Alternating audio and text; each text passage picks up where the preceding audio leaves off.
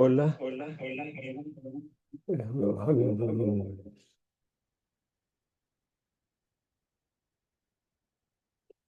Tengan buenas tardes. Vamos a dar inicio a la sesión de hoy.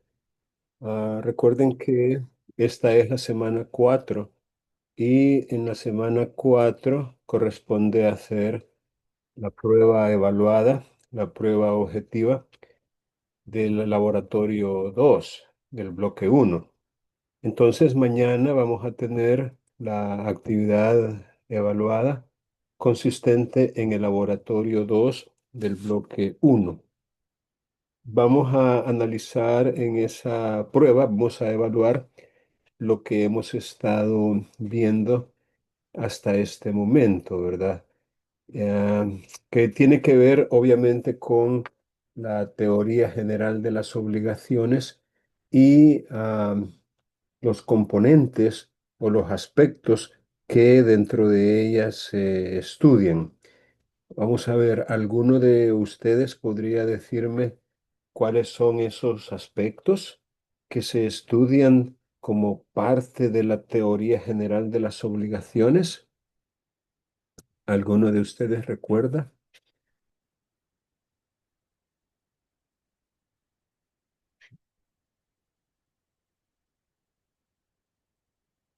Eso equivale a preguntar en qué consiste la teoría general de las obligaciones. ¿En qué consiste? Licenciado. Dígame, Yesli.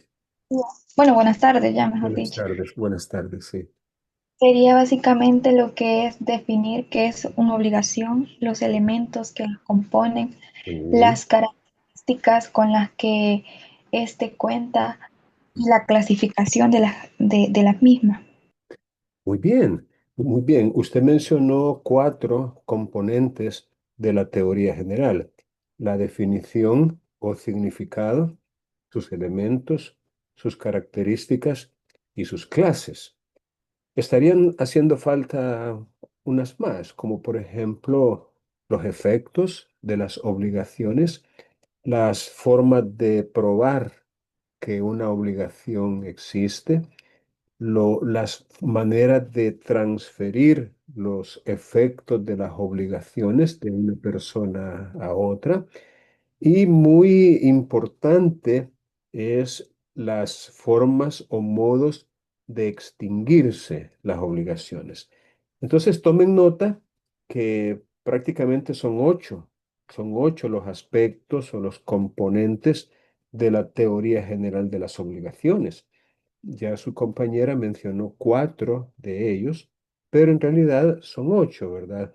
Y harían bien ustedes en anotarlos para poder tener, obviamente, el panorama completo y poder recordar qué es lo que han aprendido en la presente asignatura, porque básicamente de eso se trata. Dicho eso, ya hemos compartido una definición o el significado del concepto obligación. Hemos dicho que hay dos, digamos, dos términos que se relacionan entre sí de manera muy directa, y es el término obligación y el término derecho personal. Estos son conceptos correlativos, lo que significa que no puede haber obligación sin haber derecho personal y viceversa. No puede haber derecho personal sin haber obligación. Son términos, repito, que se corresponden entre sí, como las dos caras de una misma y única moneda. Ya lo he explicado, ese simbolismo. Si usted agarra una moneda en sus manos, de un lado ve una cosa y del otro lado de la moneda ve otra cosa que podría entenderse distinta, ¿no?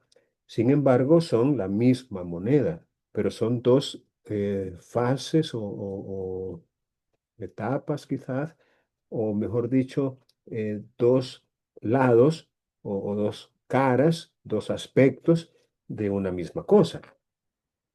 Y eso lo deja muy claro el artículo 567 del Código Civil cuando define al derecho personal como aquel que solo puede reclamarse de ciertas personas. De ahí su nombre, derecho personal, llamado también crédito, de ciertas personas que por un hecho suyo o por disposición de la ley están sujetas a las obligaciones correlativas. Entonces, como vemos, de la misma definición legal de derecho personal, podemos colegir esa relación que hay entre derecho personal y obligación. O sea, usted bien puede decir obligación o bien puede decir derecho personal. En el fondo está diciendo lo mismo. Lo único es que obligación es desde el punto de vista del deudor y derecho personal es desde el punto de vista del acreedor. De hecho, lo que para el deudor es una obligación, para el acreedor es un derecho personal, pero es lo mismo, es lo mismo. Bueno, habíamos mencionado ya los elementos, que hay un elemento personal y un elemento real de la obligación, y que el elemento personal es la parte deudora y la parte acreedora. Y digo la parte para que no pensemos que solo una persona puede caber allí, en ese término. No, puede haber una o más personas, cada una de las cuales resulta ser acreedora. Y lo mismo de la parte deudora. Puede ser una o pueden ser varias personas las deudoras de una misma obligación. Y luego tenemos el elemento real, que es la prestación. Aquello que se trata de dar, hacer o no hacer. Bien podemos decir también que ese es el objeto de la obligación, la prestación, el objeto, el elemento real de la obligación, la prestación misma. Aquello, repito, que se trata de dar, hacer o no hacer. Con respecto a los caracteres de la obligación, ya hemos dicho básicamente que son tres o cuatro. La obligación es un vínculo. Ese vínculo es jurídico, está establecido entre personas determinadas o determinables. Recuerden que hay una indeterminación momentánea a veces, ya sea del deudor o del acreedor. Indeterminación momentánea, pero son casos excepcionales, ya que la regla es que tanto el deudor como el acreedor estén claramente determinados. Y luego que como parte de los caracteres de la obligación es que coloca, y eso quizás no lo habíamos mencionado, pero coloca a la persona o personas del deudor en una situación jurídica especial. Eso, a mi juicio, es relevante porque ya en su momento les expliqué que estar obligado no es la regla general. Estar obligado no es lo normal, no es el deber ser. Es lo opuesto. Lo normal es no tener obligación alguna. Lo normal, la regla general, es ser libre completamente.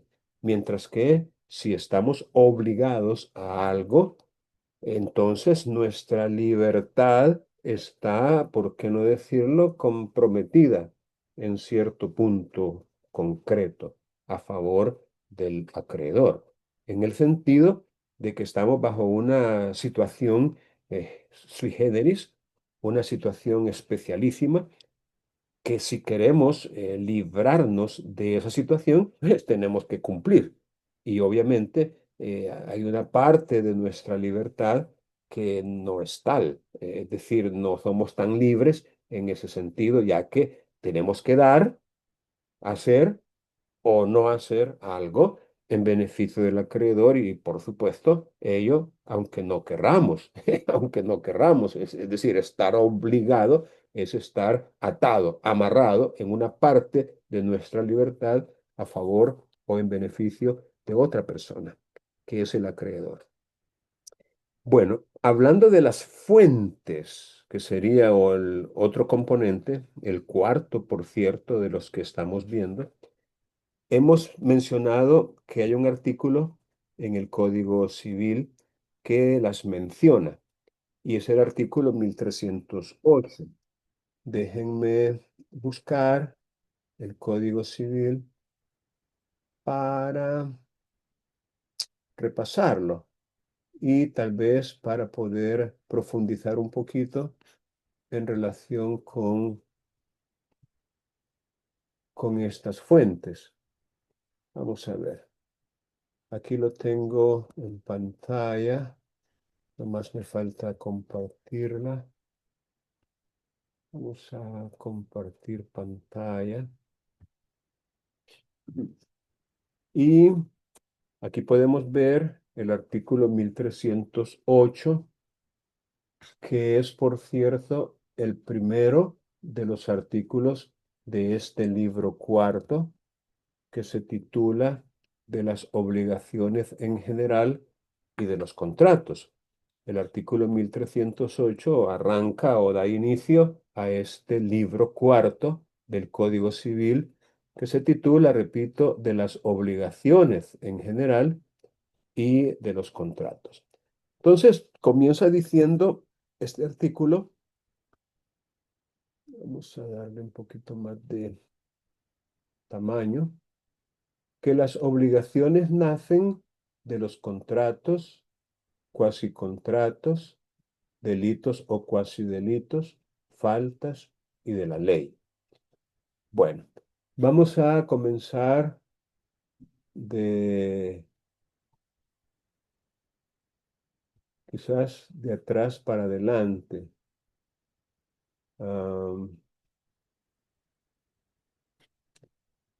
La ley, fíjense bien, la ley es fuente de obligaciones, ¿cómo decirlo? En todo caso. Es decir, no puede haber ninguna obligación que no tenga por fuente última la ley. Y al decir fuente última es porque al final de todo la ley tiene que avalar o dar por válida una obligación. En otras palabras, cualquier obligación que quebrante, que viole, que irrespete o inobserve la ley, tendríamos que entenderla como una obligación que adolece de un objeto ilícito y como tal, una obligación que estaría siendo nula o ineficaz, o sea, que no vale. Entonces, la ley, obviamente, es una fuente de obligaciones en todo caso. Fíjense bien, en todo caso. O sea, si una obligación nace de un contrato, entonces la fuente inmediata de esa obligación sería el contrato.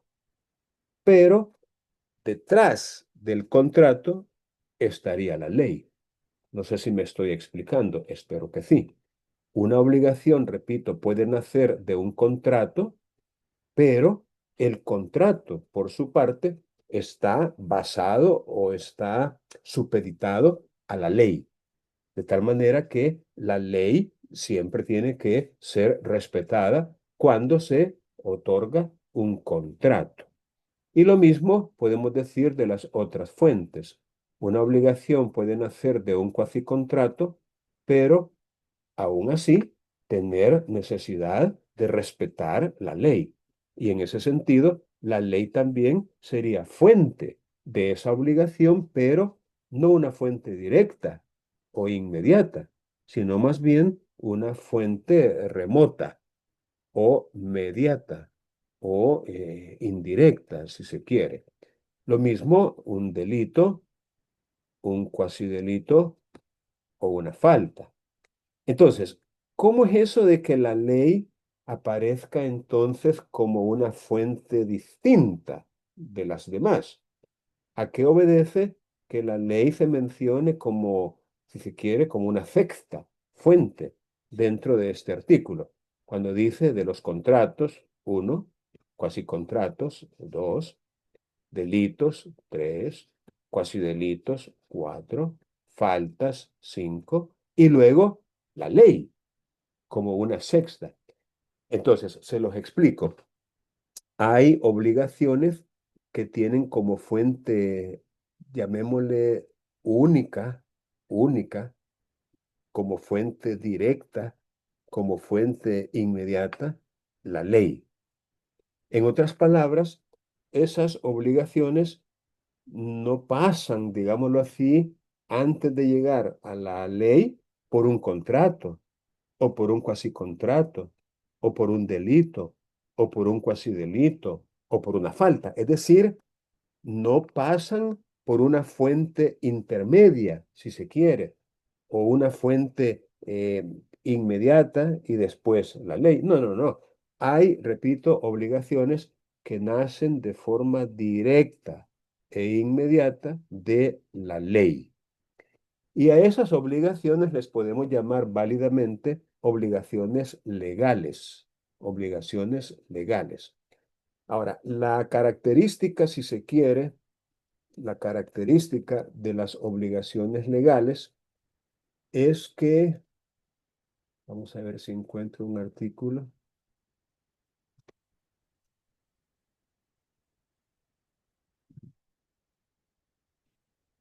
El artículo 2035 me gustaría que lo relacionaran.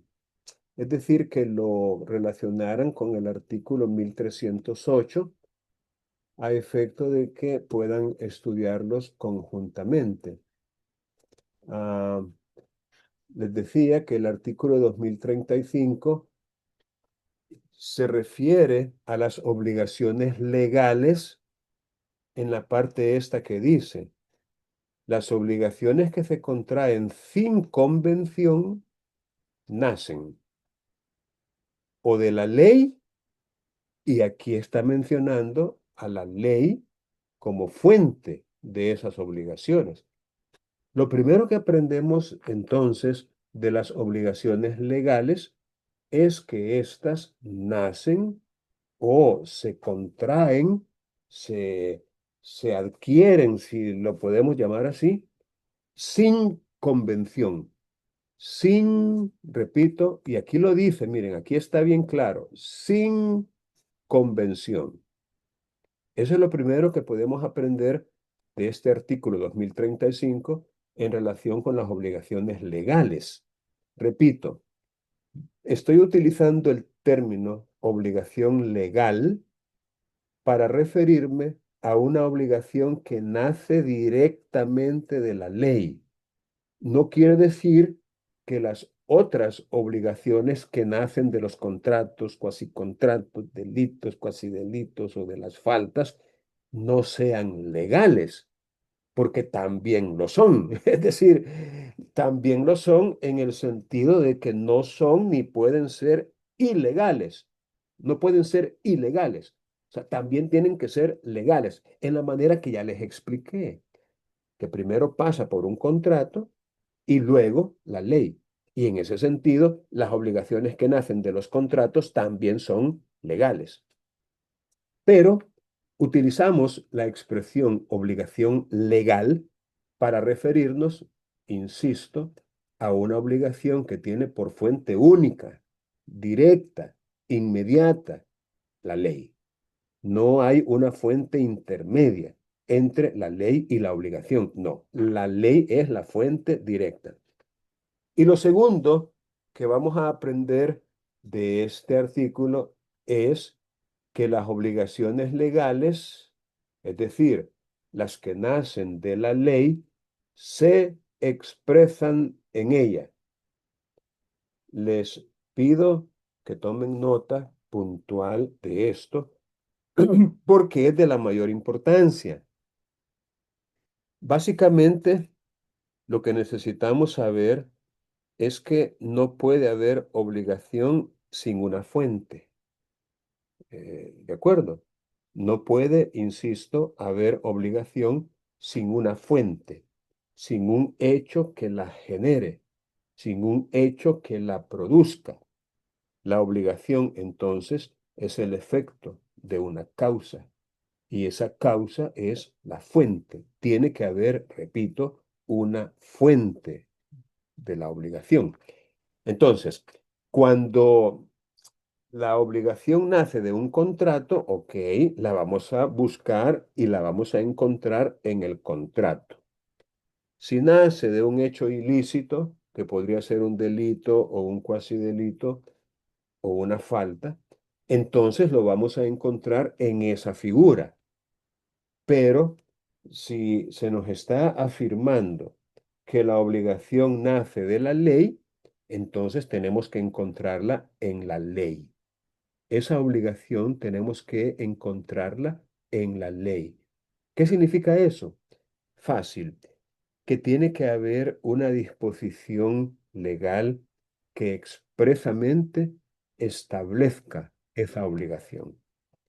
De allí que, por vía de ejemplo, si de repente, vaya, pongamos un ejemplo así como que dice un poco tosco. Imagínese que usted está pasando por un lugar caminando,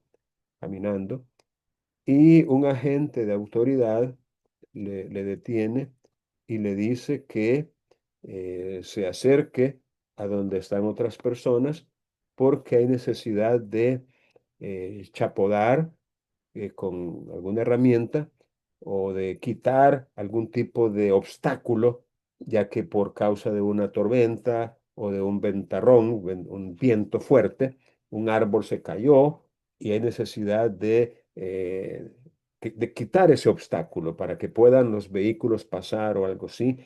Y entonces el agente de autoridad le diga, venga por favor, ahí hay un machete, ahí hay una sierra, un serrucho, vaya y apoye y ayude a quitar ese árbol que se ha caído de la calle. Vamos a ver si están prestando atención. Camila, active su teléfono, por favor. Su teléfono, digo yo. Su micrófono. Camila. Hola, buenas tardes. Buenas tardes, Camila. Vaya, escuchó el planteamiento que acabo de hacer yo. Usted decía que si se iba pasando por una calle Ujú. y Sí. estaba una persona con un machete, algo así, escuché. Entonces, Es un árbol caído el que hay ahí en medio de la calle. Y ok, y un agente de autoridad le dice, vaya usted con ese machete que está allí, con ese serrucho, y ayude a quitar ese obstáculo. ¿Ya? ujú, Mi sí, pregunta es, ¿está usted obligada a hacerlo? pues creería yo que no necesariamente, porque no es como, Vamos a o ver. sea, por en el sentido de que es una autoridad, sí, pero no necesariamente estaría obligada a hacerlo. ¿Cómo resolvería usted esa cuestión en el sentido de que el agente de autoridad, digamos que la salbequea, como decimos vulgarmente? ¿Sabe lo que es un salbeque, verdad? O sea, le dice algunas palabras que a lo mejor no sean ciertas, pero que le infunden a usted cierto, tal vez un cierto temor. Por ejemplo, le dice, mire, si no obedece, va a pagar las consecuencias, por ejemplo. O lo que es peor, si no me hace caso, la voy a llevar detenida. Ok, Pues yo creo que cómo resolvería usted esa situación? primero creo que comprobaría a ver si el hecho es cierto en el sentido de que no creo que sea como un hecho no cortar ese árbol, un hecho suficiente para detenerme, porque, o sea, literalmente no puedo hacer algo que primero no es de mi propiedad, pues. Por ejemplo, si el árbol estuviera ubicado así, digamos, en un área pública, yo no puedo literalmente quitar un árbol porque yo soy una persona particular. Entonces, o un caso diferente sería que lo hiciera porque es una autoridad pública y tal vez tiene un mejor derecho que yo de hacer esa acción. Pues en mi pensamiento sería eso. Muy bien, Camila, muchas gracias por compartirlo con nosotros. A ver, Anthony. Yo pienso que no, Lee. No hay una obligación, no hay ningún vínculo jurídico y no es legal. Incluso es tan ilegal lo que él está haciendo que se llama trabajo forzado, porque me está amenazando, amedrentando para que preste un servicio al cual yo no estoy en voluntad de hacerlo. Existe lo que se llama un compromiso, puede ser moral como ciudadano, de apoyar, pero no es obligatorio para nadie y menos bajo amenaza. Entonces, en el momento que él amenaza o amedrenta, incluso está en contra de la misma ley. Pero toda obligación, según los principios que estamos viendo, tiene que nacer de la ley o, o de un hecho voluntario o involuntario. Ya ahora, si digamos, yo con algún árbol, perdón, con algún vehículo, boté de árbol, ahí sí hay una responsabilidad mía, obligación de poder reparar el daño. Pero mientras no, uno no puede al azar comprometiéndose con obligaciones de otro, ¿verdad? Que se le impongan. Por eso es que está la teoría de las obligaciones. Muy bien, Antonio. Muchas gracias. Puede quitar la manito. Muy bien. ¿Alguien más quisiera opinar de su propia iniciativa en relación con este asunto?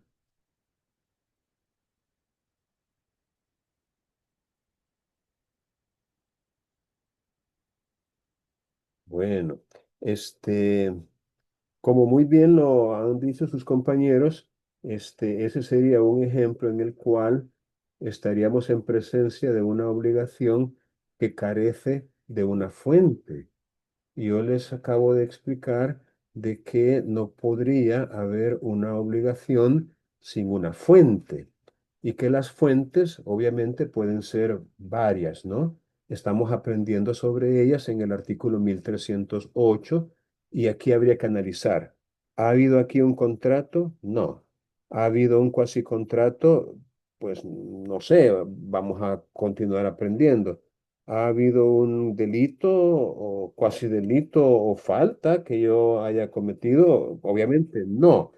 Eh, entonces vamos a preguntar si entonces esa obligación que está este agente de autoridad queriendo que yo obedezca, que yo cumpla, tendrá por fuente la ley. Entonces, si de repente se anima y le pregunta al oficial, al agente, mire, disculpe mi curiosidad, ¿cuál sería la fuente de esta obligación que usted quisiera que yo cumpla? Obviamente, si se les diera una situación similar, yo les recomendaría mucha cautela, mucho tacto y mucha cortesía al hablar, ¿verdad? Para que no se vaya a pensar que usted está tal vez faltándole al respeto, incurriendo en algún tipo de desacato, mucho menos de resistencia, ¿verdad? Porque ahí ya entramos en otros terrenos. Pero con mucha amabilidad usted le podría preguntar, disculpe, ¿cuál es la fuente de esa obligación? Y entonces, supongamos que él le dice, pues la ley, eso es algo que la ley establece, ¿no? Que cuando haya necesidad de pedirle ayuda a un ciudadano, el ciudadano tiene que ayudar. Eso está en la ley. Fíjense bien el argumento de la agente de autoridad. Entonces, allí es donde usted recuerda lo que leyó en el artículo 2035 del Código Civil, que dice, las que nacen de la ley se expresan en ella. O sea, no podemos utilizarlo como un atarayazo, no podemos utilizarlo como una que como un fundamento así abstracto, ¿verdad? Y decir la ley, ok, ok, ok, la ley. Sería tan amable de indicarme cuál código, cuál ley, cuál reglamento, cuál ordenanza, cuál decreto es el que establece eso. Es decir, en dónde se expresa esa obligación, porque no podemos decir así de manera vaga o de manera imprecisa la ley. ¿De acuerdo? Espero, repito, que estén tomando nota y que esto no se les olvide porque muchas veces hay funcionarios, hay empleados públicos, hay agentes de autoridad que pretenden imponer, digámoslo así, a los ciudadanos como usted y como yo, obligaciones que en realidad no tienen un sustento en la ley. No hay una ley que en verdad diga que se tiene esa obligación y sin embargo, por ignorancia, por desconocimiento, a veces por prepotencia, quieren que uno obedezca ciertas o que haga unas ciertas cosas sin que haya, insisto, un sustento en la ley. Y esos ejemplos podrían multiplicarse, ¿no? Es decir, podríamos encontrar varios ejemplos similares al que yo les he planteado. Entonces, tomen nota, pues, de que las obligaciones que nacen de la ley se expresan en ella. Y si ese fuera el caso, pues entonces, ni modo, tenemos que cumplirla. Bueno, contratos. Vamos a ir alternando contratos. Dice el artículo 1308 que las obligaciones nacen de los contratos. Ok. Según el artículo 1309, el cual vamos a leer, el contrato dice es una convención. Aquí tenemos otro término que merece algún tipo de explicación y es el término convención. Convención es una palabra que hace referencia a una declaración bilateral de voluntad, es decir, a un acuerdo de voluntades. Fíjense, declaración bilateral de voluntad. Obviamente, esto se contrapone o es opuesto o contrario a la declaración unilateral de voluntad. O sea, la convención no es una declaración unilateral de voluntad, sino una declaración bilateral de voluntad. Y cuando se habla de bilateral, significa que hay dos partes o más dentro de una convención. Y esto otra vez, hay que entenderlo muy bien para evitar confusiones que nos impidan, digamos, tener una idea exacta y correcta o adecuada de la terminología que se emplea en esta materia. Manejemos un ejemplo de una convención. Una persona le ofrece a otra en venta un artículo cualquiera. Oferta que ella sola, aislada, es una declaración unilateral de voluntad y que, por cierto, puede ser expresa o incluso puede ser tácita, la oferta. Bueno, esa oferta tiene que, digamos, ser aceptada o rechazada por aquel o aquella persona a la cual se dirige la oferta. Pero bueno, supongamos que Juan le ofrece a Pedro en venta un semoviente, una vaca, un cerdo, un caballo, un buey, un toro, una oveja, un semoviente, un ser que se mueve por sí mismo, un ser moviente, un semoviente. Se lo ofrece en venta. Una vez que Pedro tiene conocimiento de esa oferta, tiene por lo menos tres alternativas o opciones. Una de ellas es rechazarla. Decirle, no, no estoy interesado, lo siento mucho, ahí nos vemos después. La otra, pues aceptarla. Ah, ok, está bien. No, qué bueno, estaba buscando precisamente un semoviente como ese. Acepto, con gusto acepto. Otra podría ser hacer una contraoferta. Me estoy explicando. Es decir, podría ser que le diga, ah, de verdad, ¿y cuánto estás pidiendo? Le pido $500. Pues mira, creo que eso es mucho, te ofrezco 200. Y luego pueden entrar en lo que podemos llamar una negociación, una oferta, una contraoferta, una recontraoferta y así sucesivamente, hasta que llega el momento en el que, ojo, se ponen de acuerdo.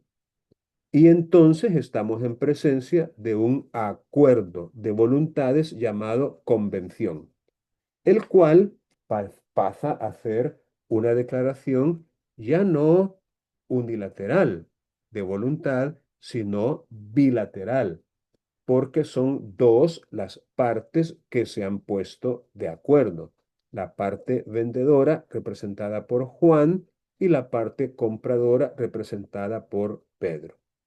Y en todo contrato, porque por definición el contrato es una convención, en todo contrato necesitamos ese acuerdo de voluntades. En todo contrato. No puede haber contrato sin una convención, sin un acuerdo de voluntades.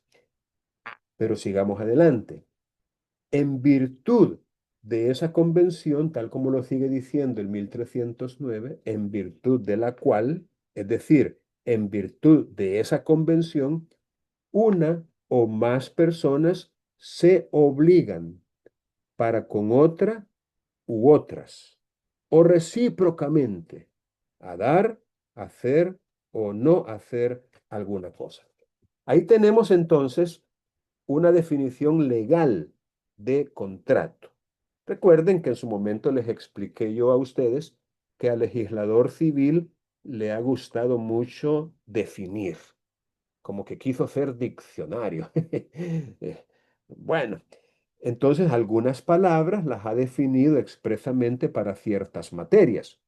Y según el artículo 20 que estuvimos comentando también la vez anterior, cuando el legislador ha definido ciertas palabras para ciertas materias, en estas materias se le va a dar su significado legal a esas palabras. Y contrato es una de ellas. Entonces, el contrato es un acuerdo de voluntades que hace nacer obligaciones. Obligaciones que pueden ser adquiridas o ser contraídas por una parte o por ambas partes. Y la obligación, como ya lo dijimos, el elemento real de la obligación, el objeto, la prestación de ella es dar, hacer o no hacer alguna cosa. Entonces, lo que el legislador está diciendo en el artículo 1309 es que el contrato es un acuerdo de voluntades, es una convención, lo que significa que si yo celebro u otorgo un contrato, entonces la obligación que se genere en mi contra o a mi favor tiene por fuente una convención, un acuerdo de voluntades. Fíjense bien y tomen nota que entre el contrato y la convención existe una relación de género a especie. Repito, de género a especie. ¿Alguno de ustedes se anima a explicar cuál sería en esa relación el género y cuál sería la especie y por qué?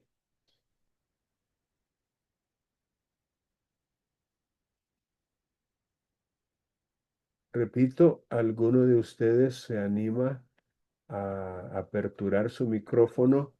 Yo le, Dígame, dígame. pero lo voy a explicar desde la perspectiva causa-efecto.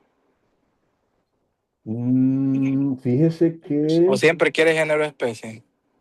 es que estamos relacionando contrato y convención. Entonces, probablemente la relación más clara no sea de causa a efecto, sino de género a especie. El Entonces, género es el contrato en sí mismo y la especie es la obligación. Ahí es donde No, se no, no. define. Oiga. Disculpe que lo interrumpa. Usted me va a relacionar los términos contrato y convención, no contrato y obligación. No, esos son dos términos que son o que tienen su propia relación. Pero de momento, lo que les estoy pidiendo es la relación entre contrato y convención. Y ya les dije que es una relación de género a especie, ¿verdad? Lo que me gustaría es si alguno se anima a indicarme cuál sería el género y cuál sería la especie, pero entre contrato y El- convención. la Dígame, convención, Elenita. la convención sería el género y el contrato sería la especie de este género. Muy bien, ahora, ¿por qué? Para no pensar que fue, digamos, como adivinando, siempre es bueno tratar de dar una razón o del por qué, Porque ¿verdad? Ajá. una convención este, la pienso como dos partes poniendo su voluntad o poniéndose de acuerdo. Ujú. Entonces, una convención no solamente puede ser un contrato, a eso me refiero a que es una especie de convención. O sea, una convención puede ser una alianza, un contrato, o sea, esta parte, pues, en la que dos voluntades se ponen de acuerdo o ponen de su parte. Entonces, para mí un contrato sería una vertiente de este género. Para Gracias. la Dice convención, Gracias, Elenita. bien con relación a lo que estaba diciendo la compañera, es de que, o sea, sí, la convención es el género y el contrato es la especie. La convención vendría a ser, pues, ya lo que estábamos hablando, el acuerdo entre dos o más personas, con el fin básicamente ya sea de crear, modificar, transferir, extinguir o donde se aplica aquí básicamente la creación de estas obligaciones. Y ya en lo que es el contrato vendría a ser lo que es la especie de la convención, porque es el acuerdo de las voluntades que tienen básicamente la finalidad exclusiva de crear lo que son dichas obligaciones. Gracias, para que Yesenia. un contrato nazca, debe de haber un acuerdo de las partes. Ujú, Entonces, cuando estas personas, bueno, eso es una ley, un requisito para darle validez a un contrato. ujú. Cuando ya existe ese acuerdo entre las partes, es donde ya lo fijan y lo respaldan con un contrato para que ese sea el instrumento que cree la obligación. Ok, excelente. Muy bien. Creo que tienen la idea correcta, ¿verdad? Al explicar cuál es la convención y cuál es el contrato y el por qué, ¿verdad? Y que tal como lo dijo Yecil, la convención es un acuerdo de voluntades que puede tener como propósito, como objetivo o como finalidad cualquier efecto o cualquier consecuencia jurídica, cualquiera. Y como muy bien lo dijo ella, una convención podría servir, ok, para crear obligaciones o derechos personales, perfecto, en cuyo caso esa convención es un contrato, pero también podría servir para transferirlas, para modificarlas, para conservarlas o mantenerlas, o incluso para extinguirlas. De tal suerte que de repente podemos encontrarnos con una convención que no es un contrato porque no está creando obligaciones, sino que está haciendo otra cosa diferente.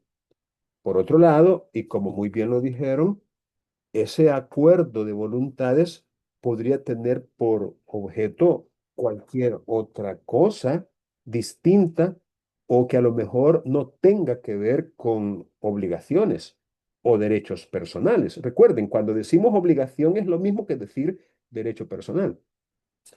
Por ejemplo, ¿qué opinan ustedes de un matrimonio civil? ¿Piensan ustedes que el matrimonio civil es una convención? ¿Es un acuerdo de voluntades? Sí, 100%. Por supuesto, pero será contrato. Depende de la perspectiva. Algunos lo consideran contrato, otros no. Y en El Salvador, que es nuestro país,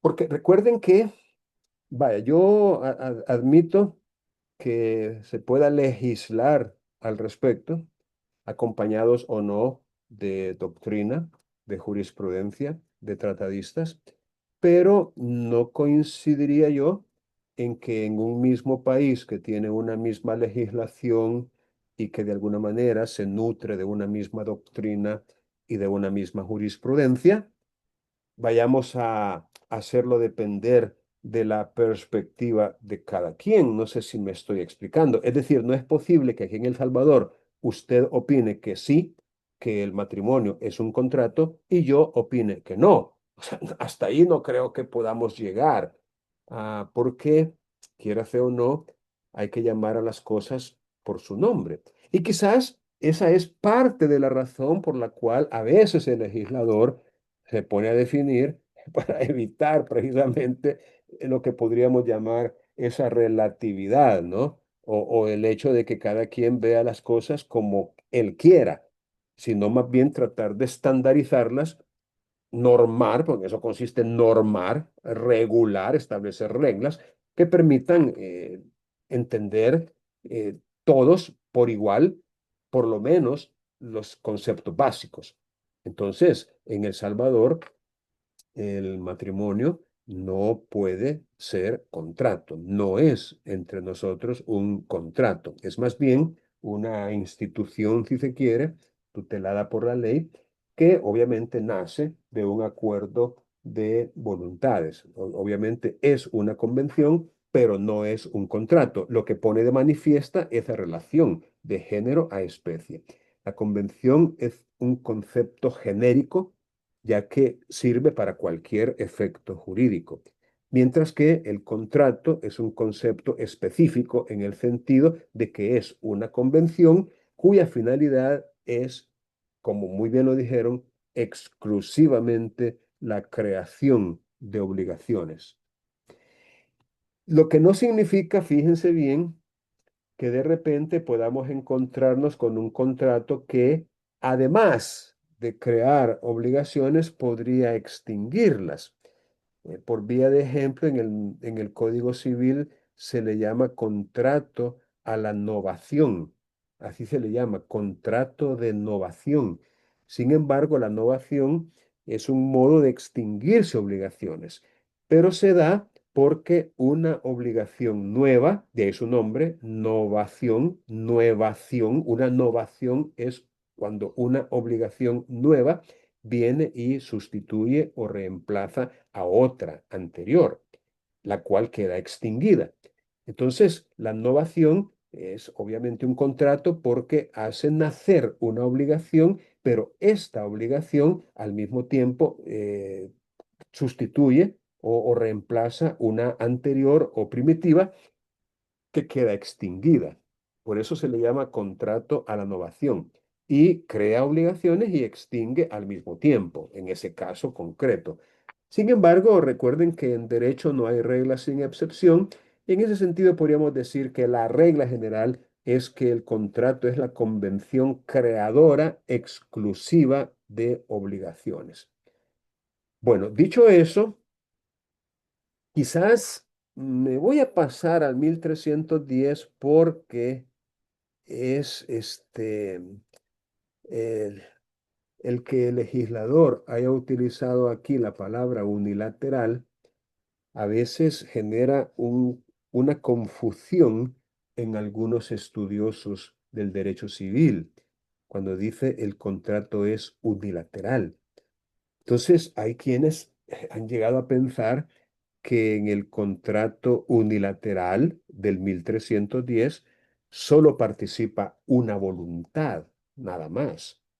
Es decir, como que si este contrato unilateral no fuera una convención. Ya les expliqué en qué consiste la convención. Es un acuerdo de voluntades. Entonces, el acuerdo de voluntades es el que cuando crea obligaciones se llama contrato, pero en todo caso es un acuerdo, es una convención en todo caso. Ahora, esa convención llamada contrato, cuando obliga a solo una de las partes y la otra no contrae ninguna obligación, esa convención, ese acuerdo de voluntades, esa declaración bilateral de voluntad, que en este caso es un contrato, es unilateral. Es un contrato unilateral en ese caso. Fíjense bien, la convención en ese caso, que es un acuerdo de voluntades, es unilateral en el sentido de que solo una de las partes se obliga y la otra no contrae ninguna obligación. En cambio, el contrato es bilateral cuando las partes contratantes se obligan recíprocamente, la una a favor de la otra. Y en ese sentido, un contrato es bilateral cuando ambas partes se obligan. Fíjense bien, espero que les resulte claro, que no se vayan a confundir, porque el problema que ha tenido aquí la doctrina y el legislador es que ha utilizado las mismas palabras para definir el acto jurídico unilateral y el contrato unilateral. Hubiera sido mejor que utilizara otro término y no unilateral, porque eso es lo que genera confusión. Y vamos quizás a ahondar en el tema porque no me gustaría que después de habérselos explicado todavía queden dudas en ustedes. Miren, les dije yo que un contrato es un acuerdo de voluntades y que el acuerdo de voluntades es, por ejemplo, cuando una persona le propone a otra la celebración de un negocio jurídico, como en el caso de Juan, que le propone, que le ofrece a Pedro venderle un semoviente. Ok, lo que Juan hizo al ofrecérselo, al proponérselo a Pedro, lo que Juan hizo, lo que él solito hizo, es una declaración unilateral de voluntad llamada oferta. Es la oferta, propuesta o policitación. Juan le hace una oferta, es decir, hace una declaración unilateral de voluntad y se la dirige a Pedro. Les dije ya que las opciones que tiene Pedro son varias. Una de ellas es aceptar, otra rechazar, otra contraofertar, hacer una contrapropuesta, e incluso hay una cuarta y es guardar silencio, no decir nada, quedarse callado. Pero bueno, supongamos que acepta. Después de haber negociado, después de haber hecho ofertas y contraofertas, digamos que al final Pedro acepta la oferta. Ojo, esa aceptación aisladamente considerada de la oferta, esa aceptación por su parte también es una declaración unilateral de voluntad. Tenemos entonces que dos declaraciones unilaterales de voluntad, la oferta y la aceptación, se fusionan, se unen entre sí. Y entonces ya no estamos en presencia de dos declaraciones unilaterales porque han perdido, si se quiere, su individualidad. Se han fundido, se han fusionado y ahora es una convención. Ahora es una declaración bilateral de voluntad que si crea obligaciones, entonces es un contrato. Y si crea obligaciones solo para una de las partes y la otra no, entonces ese contrato es unilateral. Pero si crea obligaciones para ambas partes, recíprocamente, entonces ese contrato es bilateral. Entonces, Eso es lo que más podría yo decirles al respecto. Pasemos al cuasi contrato. El cuasi contrato aparece a partir del artículo 2035. Y por supuesto, también necesitamos analizarlo. Repito, el artículo 2035, que es el primero de este título 34, 34, de los cuasi contratos. Vamos a ver. De hecho, este artículo 2035 nos permite, con su redacción, con su texto, definir las otras fuentes de las obligaciones distintas del contrato. Ya el contrato está definido en el 1309, artículo 1309, el contrato, lo acabamos de leer, es una convención en virtud de la cual una o más personas se obligan para con otra u otras o recíprocamente a dar, hacer o no hacer una cosa. Esa es la definición legal de contrato. Ok, el 2035 nos permite construir las definiciones de cuasicontrato, de delito o falta y de cuasidelito. Repito, 2035. Leámoslo, pero déjenme apoyarme en alguno de ustedes para ver si están aquí. Elizabeth, Elizabeth Hernández, porque hay otra Elizabeth por ahí. Elizabeth Hernández, active su micrófono, por favor. Sí, Lick. Léame o léanos el 2035. Muy bien. Las obligaciones que se contraen sin convención nacen o de la ley o del hecho voluntario de una de las partes. Las que nacen de la ley se expresan en ella. Si el hecho de que nace es lícito, constituye un cuasicontrato. Si el hecho es ilícito y cometido con intención de dañar, constituye un delito o una falta. Si el hecho es culpable, pero cometido sin intención de dañar, constituye un cuasidelito. En este título se trata solamente de los cuasicontratos que nacen del hecho voluntario de una de las partes. Muy bien, gracias Elizabeth. Como podemos ver de la lectura de este artículo, tenemos por una parte las obligaciones que se contraen con convención. Repito, con convención. Fácil, los contratos. El contrato, recuerden, es una convención. Entonces, las obligaciones que se contraen con convención, fácil, son las que nacen de los contratos. ¿De acuerdo? Artículo 1309. Ok. La otra categoría es las que se contraen sin convención. Sin convención. Es decir, no hay aquí acuerdo de voluntades. No hay, no existe, no hay convención. Eso es lo que nos está diciendo este artículo.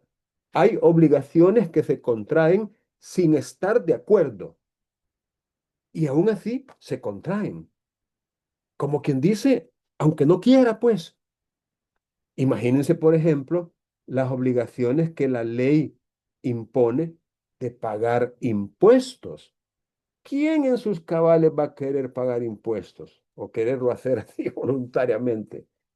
Miren, no nos engañemos, nadie.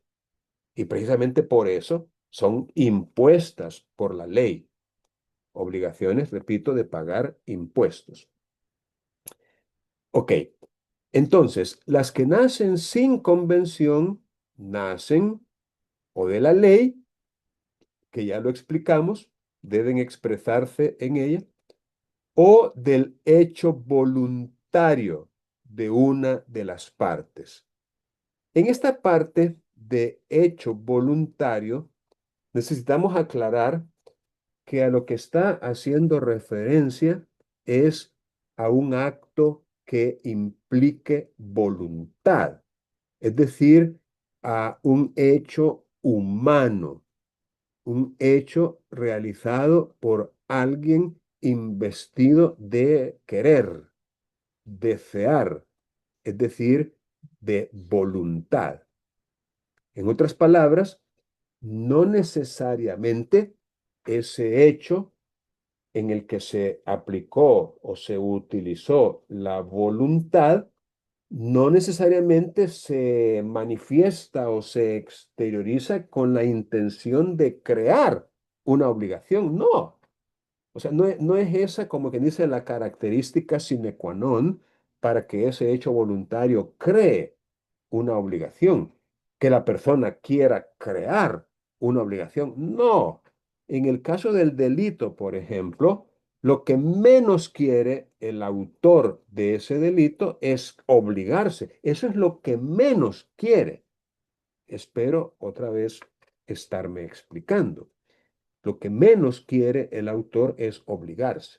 Entonces, cuando dice hecho voluntario, no lo querramos entender como que quiso con ese hecho, con esa acción, con esa expresión de su voluntad, quiso obligarse. No, eso es lo que menos quiso. ¿Ok? Sin embargo, es un hecho que se le puede atribuir a una persona eh, que no carece de voluntad, sino que tiene voluntad, es capaz de querer. Bueno, ese hecho voluntario puede ser lícito o puede ser ilícito. Fíjense cómo se va dividiendo el asunto ya cuando vamos adentrándonos en los conceptos.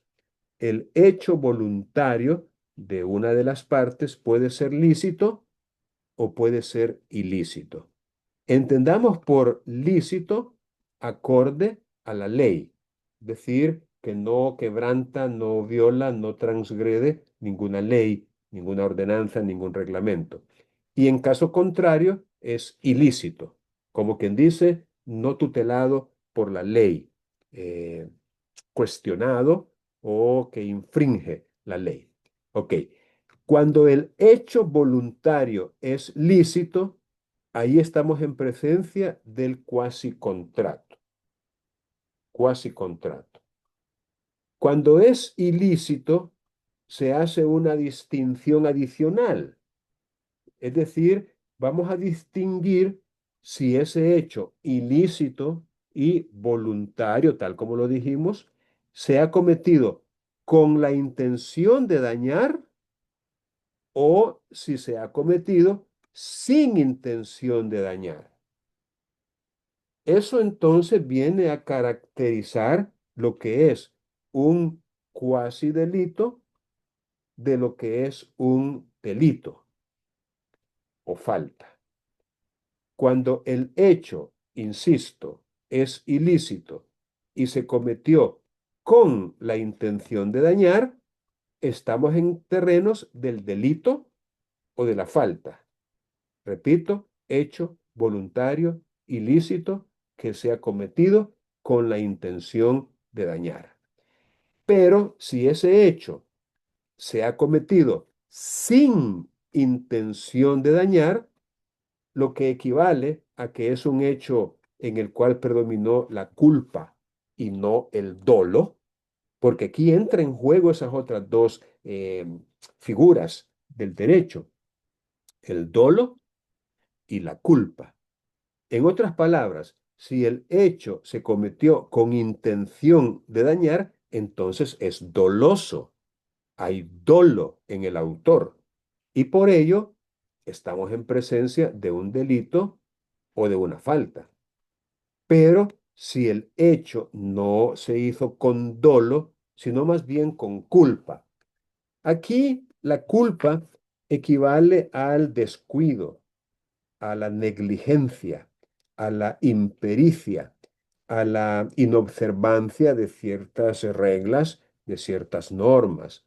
Es decir, no hay intención de dañar, pero sí hay algo que se le debe reprochar al autor. Hubo culpa, hubo descuido, hubo impericia, hubo negligencia de su parte, pero sin intención de dañar. En ese caso, el legislador le llama cuasidelito a ese hecho voluntario, culpable, no doloso, es decir, sin intención de dañar, pero que crea obligaciones. Entonces, no dejen de repasar el artículo 2035 junto con estas explicaciones para que puedan ustedes construir las definiciones de cuasicontrato, delito o falta, cuasidelito. Y la ley, pues ya sabemos que en el artículo 1 del Código Civil se define la ley como la declaración o la manifestación de la voluntad soberana, que manifestada en la forma prescrita por la Constitución, manda, prohíbe o permite. Entonces, cuando la ley manda, es porque está imponiendo obligaciones. Esa definición de la ley ya la tenemos en el artículo 1 del Código Civil. Ahora, ¿cómo definiríamos entonces al cuasicontrato según este artículo? Fácil, es un hecho voluntario, lícito, que crea obligaciones a cargo de su autor y a veces a cargo de otras personas también. Es decir, el cuasicontrato tiene esa característica de que puede obligar tanto a su autor como a otras personas. Y eso no deja de ser un poco paradójico porque no siendo autor de ese hecho, entonces, ¿cómo puede verse obligado? Ya vamos a platicar un poquito al respecto cuando veamos un ejemplo de un cuasicontrato.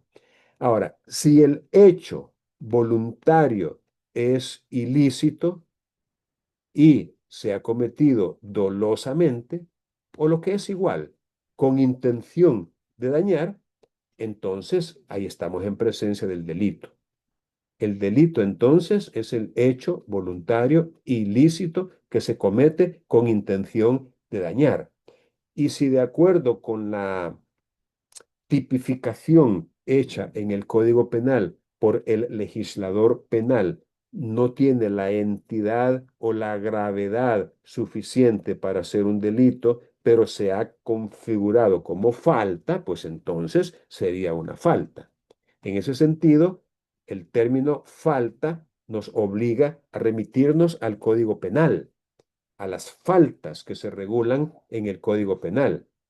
El delito también, por supuesto que tenemos que ir al Código Penal, pero aquí vamos a hacer una aclaración de la mayor relevancia.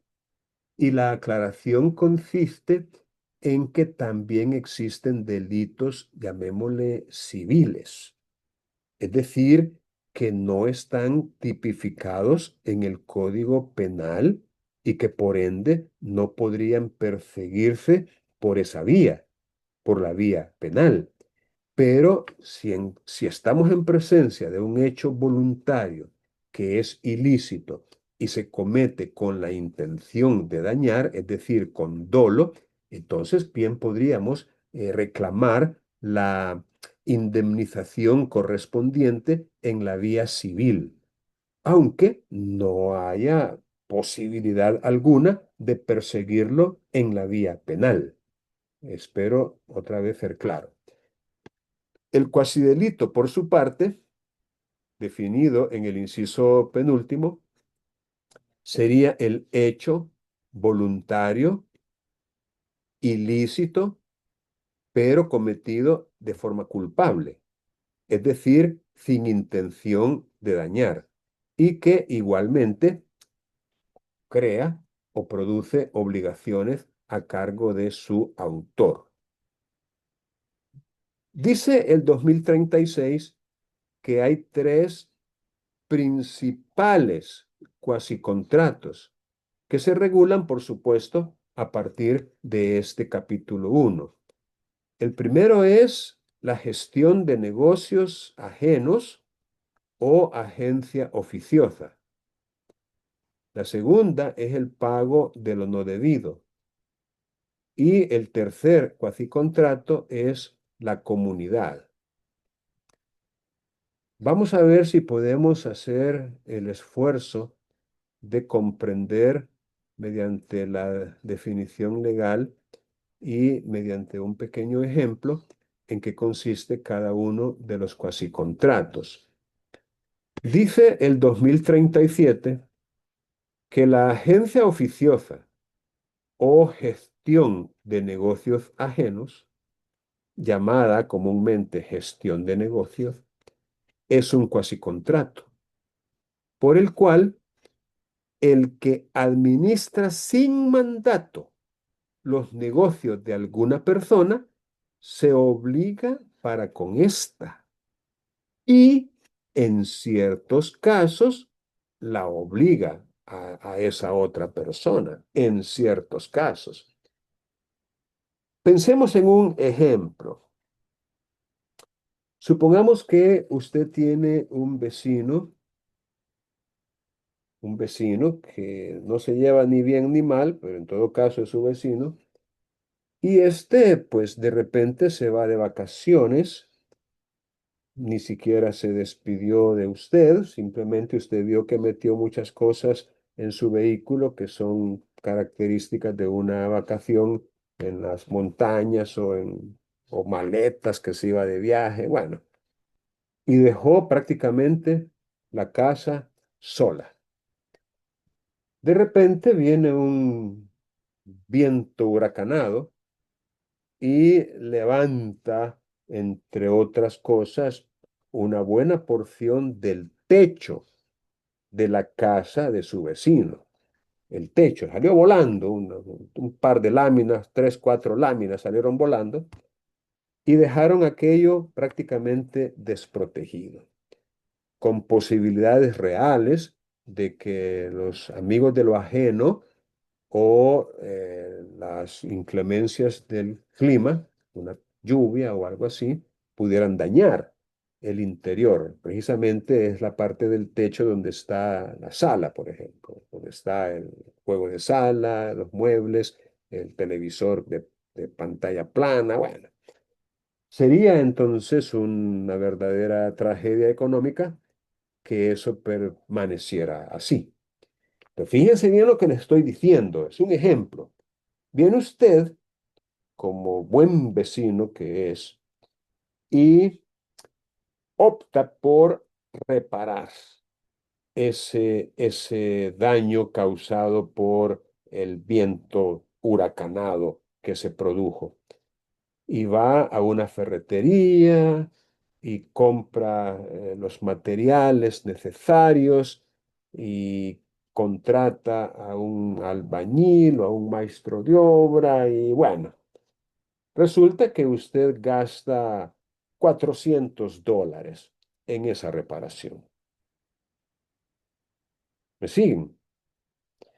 Cuando su vecino regresa, usted factura en mano, facturas de gastos en mano, le explica la situación y le pide de favor si le puede reembolsar esos $400.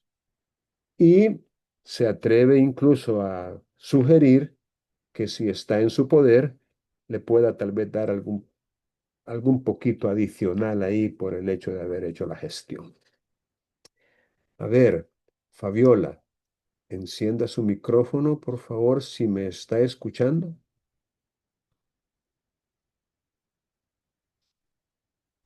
Sí, Lick.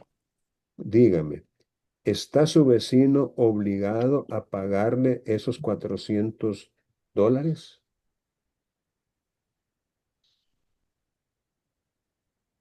Este,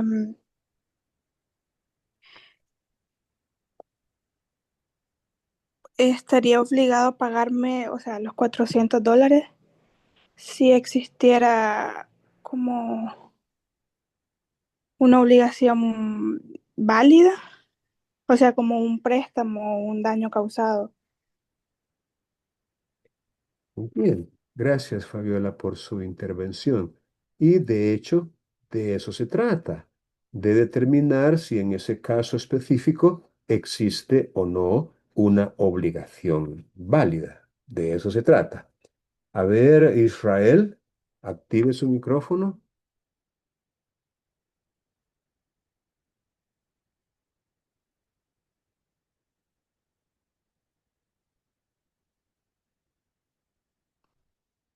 Israel, lo estamos esperando.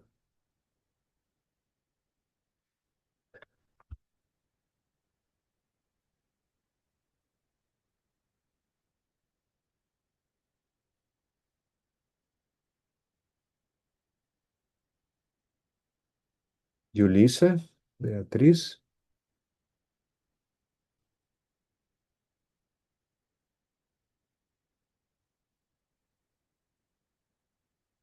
Sí, Yulisa. Dígame, Yulisa. ¿cómo era la pregunta?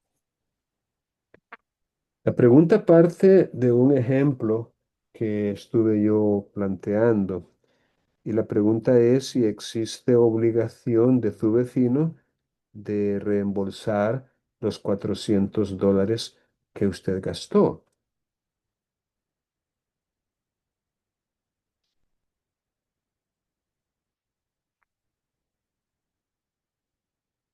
Este, Yo asumo que sí, porque la persona lo hizo en plan de buena fe y pues igual es su propiedad, pues la que iba a estar, la que está implicada.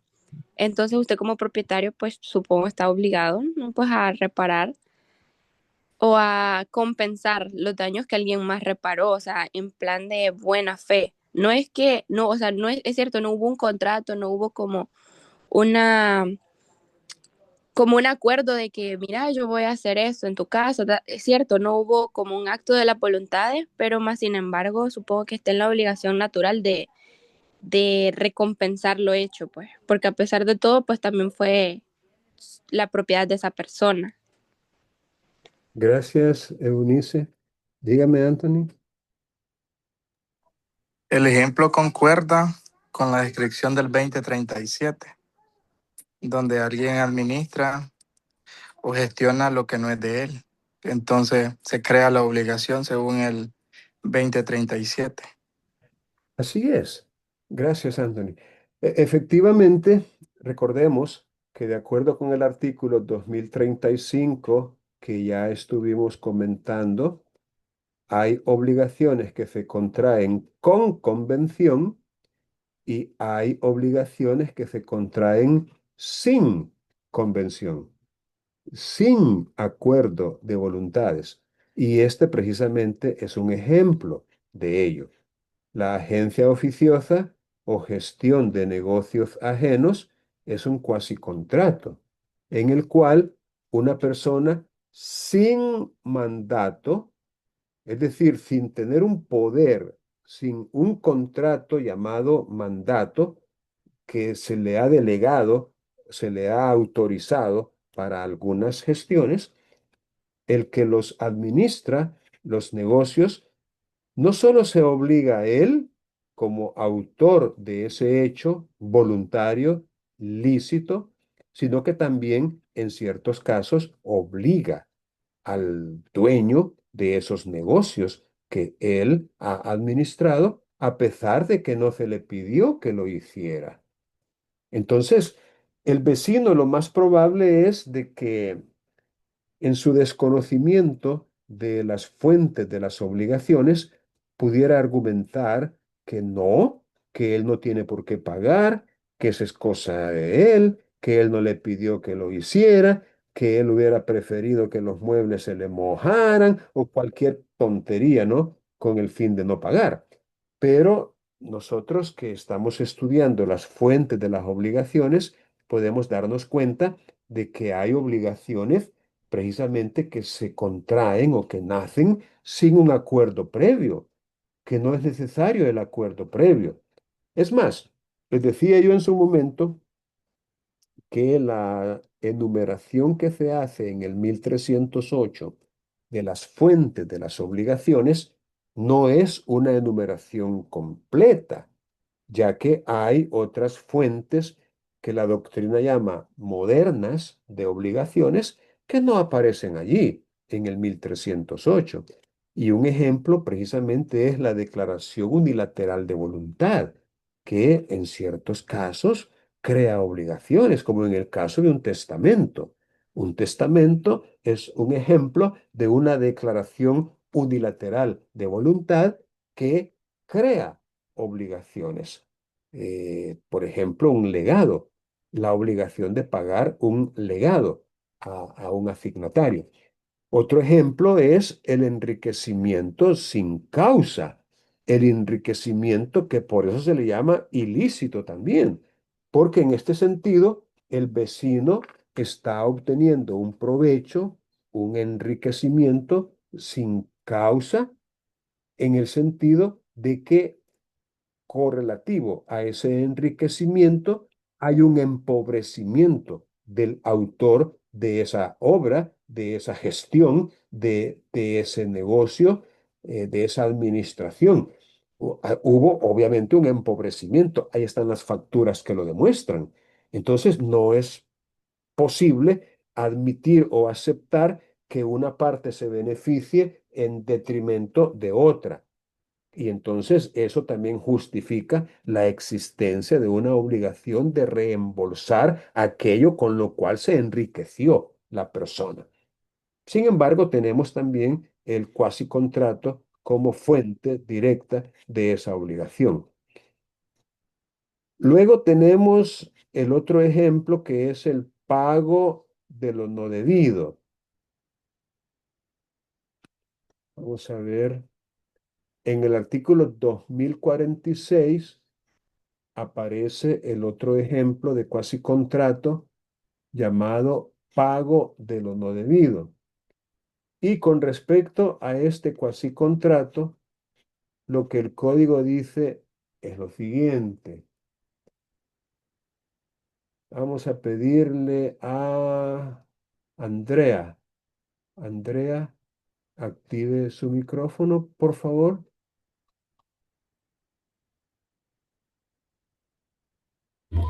Sí, Vaya, lea ahí el artículo 2046. bueno, si el que por error ha hecho un pago prueba que no lo debía, tiene derecho para repetir lo pagado. Sin embargo, cuando una persona, a consecuencia de un error suyo, ha pagado una deuda ajena, no tendrá derecho de repetición contra el que a consecuencia del pago ha suprimido o cancelado un título necesario para el cobro de su crédito, pero podrá intentar contra el deudor las acciones del acreedor. Muy bien, gracias. Según esto, de repente podría ser que una persona haga un pago por error. Entiéndase por error pensando que debe hacer ese pago equivocadamente. Piensa que debe hacer ese pago, pero está equivocado.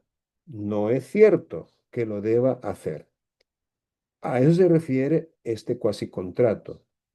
Hacer un pago de lo que no se debe. O como lo dice el código, el pago de lo no debido, de lo no debido. Obviamente, por error. Entonces, si esa persona prueba que efectivamente no lo debía, tiene derecho para repetir lo pagado. La palabra repetir en este contexto no tiene el mismo significado vulgar o común y corriente, porque repetir, puchica, cualquiera podría decir, madre, tiene que volver a pagar.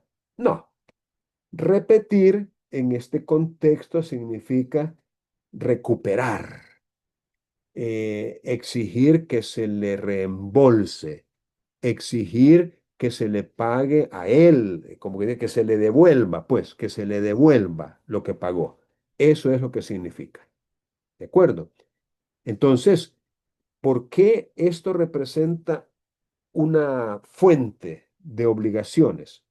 Fácil, la persona que ha recibido el pago, por lo general, está obligado o queda obligado, se convierte en deudor de la obligación de devolver lo que se le pagó por error. Obviamente, podría no querer, podría justificar y decir, no, no, no, ¿cómo no? Sí me lo debía, sí me lo debía y por eso fue que yo se lo recibí, porque sí, me lo debía. Hoy viene diciendo que no, pero sí, me lo debía. Podría ser que no quiera devolverlo.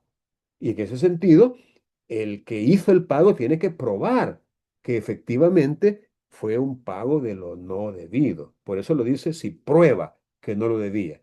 Y entonces le nace el derecho para que se le devuelva lo que pagó y en ese sentido es una fuente de obligación.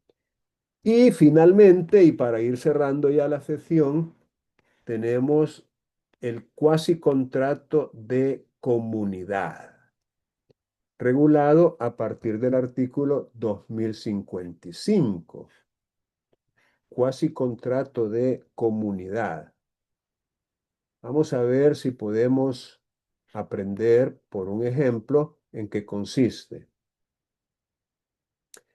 La comunidad de una cosa universal o singular entre dos o más personas, sin que ninguna de ellas haya contratado sociedad o celebrado otra convención relativa a la misma cosa, es una especie de cuasicontrato. Ok, comunidad.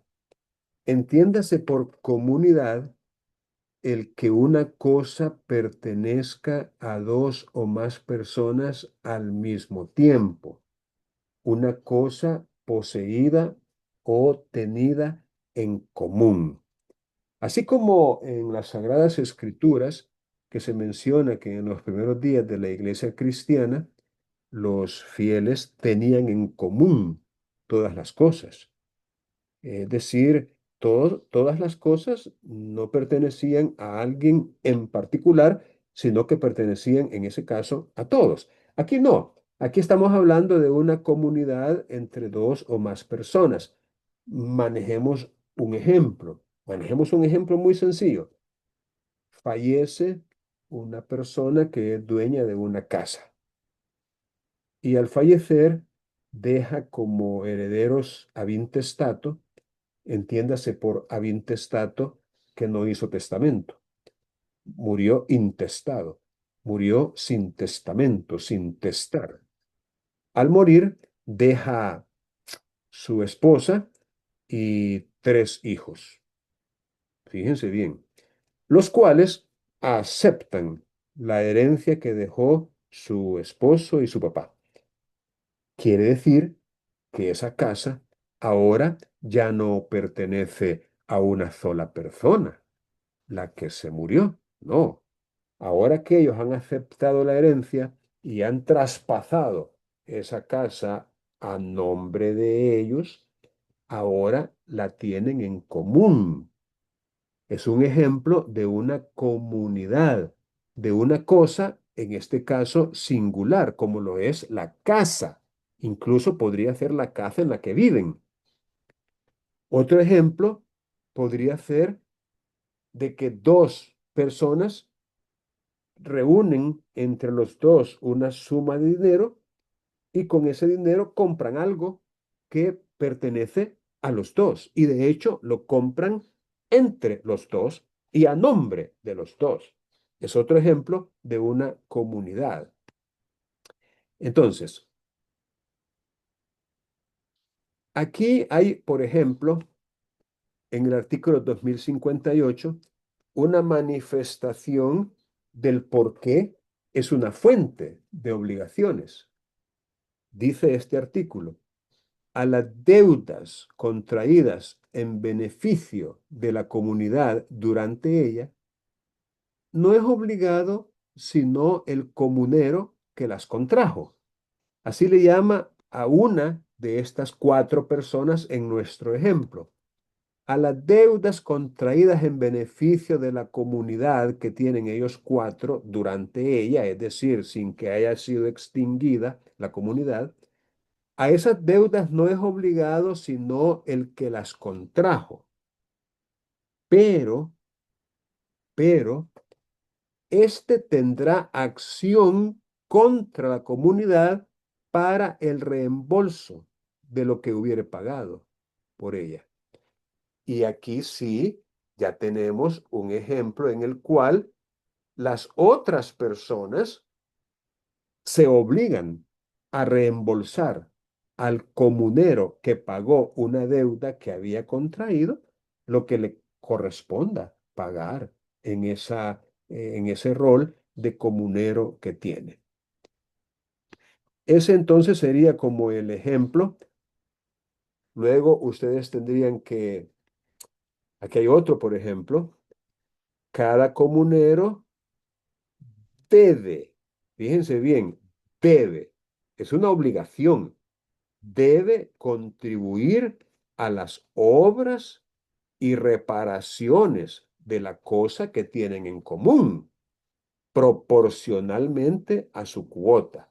Como quien dice, si para reparar la casa se necesitan $1,000, y cada uno de ellos tiene un 25% porque son cuatro, entonces cada uno tiene que pagar el 25% de esos $1,000. Y en ese sentido están también obligados a hacerlo por motivo de la comunidad, que en este caso es un cuasi contrato y como tal los obliga a hacer ese pago.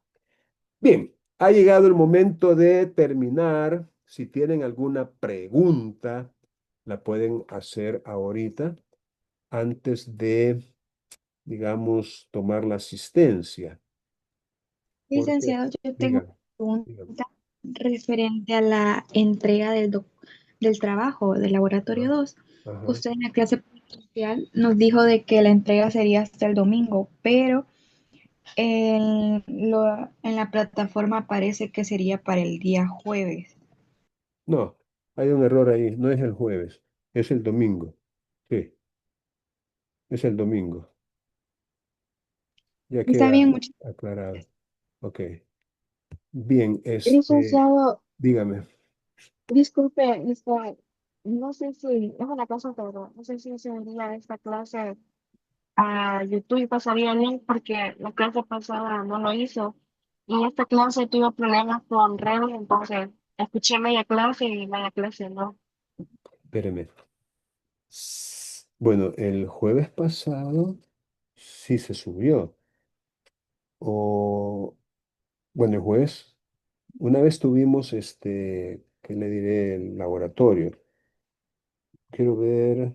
No, una vez yo tuve que viajar y se pusieron ustedes a ver un video, pero yo creo que todos los enlaces están ahí. Búsquelo en Canvas. Ahí tienen que estar los enlaces. Yo no recuerdo haber dejado de subir. Y en todo caso, cuando ustedes estén buscando alguna grabación y no la encuentren, y saben que hubo sesión, como hoy, ¿verdad? Entonces mándenme un mensaje porque a lo mejor se me ha olvidado compartirlo, pero yo creo que todos los enlaces sí están ahí. ¿Alguna otra pregunta que tengan por ahí? De hecho, vamos a ver. Aquí estamos, derecho de las obligaciones, bloque uno, clases en vivo. Aquí están, miren, 3 enlaces. Pero no lo pueden ver por mi cara, pero ahí están los enlaces. Aquí están los enlaces, miren, 3 enlaces. Y ahora pues se va a subir el cuarto. Bien, pero sí, ahí están los enlaces.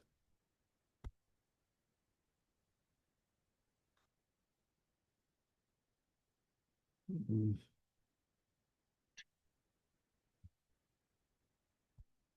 Vaya, voy a dejar de grabar para tomarles la asistencia.